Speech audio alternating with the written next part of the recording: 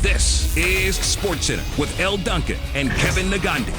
Welcome into SportsCenter. She's feeling very good after game one. Let's go. Woj will tell us the concern level within the Lakers organization surrounding LeBron's ankle. And Shefty has the very latest on Dak Prescott's calf as he remains limited in practice. Plus, new reaction from the Blackhawks investigation as their former coach addresses the fallout with a stunning claim of his own. But Kevin, let's start with today by Keyshawn Johnson. We saw what the numbers say, but we don't need the numbers. I want to know what you have to say. A big test, obviously, for the Cardinals facing the Packers on Thursday night. You buying that Arizona, the team in the desert, is a Super Bowl contender?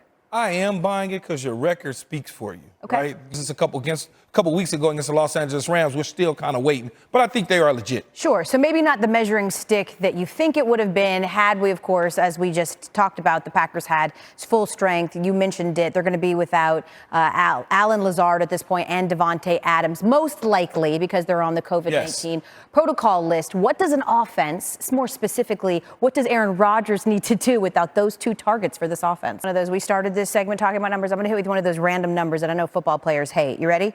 It is roughly 1,900 miles from Green Bay to Glendale, Arizona, right? Packers are 2-5 in the last 3 seasons when they have to travel over 1,200 miles. So what does that mean? I knew you were going to go, and what does that mean? So they should just fly around in circles? 100%. Only meet them halfway. Keyshawn Johnson. 11 years ago, a Chicago Blackhawks prospect said that an assistant coach sexually assaulted him. Nothing happened until yesterday when a report brought the organization to its knees. That man had been known as John Doe, but today he came forward.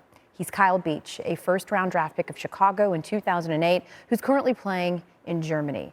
Now, the Blackhawks were coached at that time by Joel Quenneville, and today he refuted part of that damning report. Here's Michelle Steele. Thank you, Michelle. Bettman will also reportedly be talking to Jets general manager Kevin Cheveldayoff on Monday. He worked in the Blackhawks front office in 2010 and was also reported to be in that meeting with Quenneville and others when the abuse was discussed. Obviously, Baker Mayfield wants to be on that field as we say hello to Key. He's back with us now, but he's still wearing a brace. I don't know.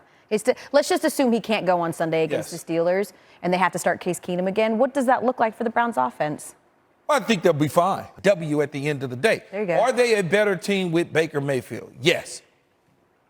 Not having him in the lineup, L, does it hurt them significantly? No, it just doesn't. Yeah. The reality is the reality. You think that this roster is built as such that they can have a game manager, right? Absolutely. Which is exactly what they need from Case Keenum, and that's what we saw against the Broncos last week with him. Let's keep it there in the AFC. Is there anything more Bengals than saying we haven't been in this position before at 5-2 and winning the division this early? It has been a minute. So with that being said, when you watch this offense and you watch the Bengals right now, what's really standing out to you? Well, it's the quarterback. It's Joe Burrow. It's that calm, cool, collective kind of demeanor. Potentially with Zach Wilson not playing either.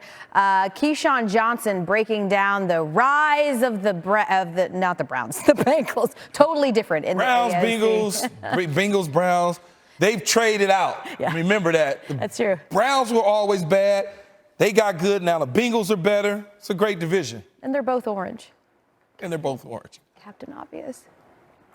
This is what happens when you didn't know that you were going to have to give a presentation and the teacher calls on you anyway, and you have 3 minutes to talk. I would prefer Dan Campbell right now. Oh, my God. Absolutely gut-wrenching. The front office has been completely remade as well. Brutal to hear. Thank you for your vulnerability, Kyle.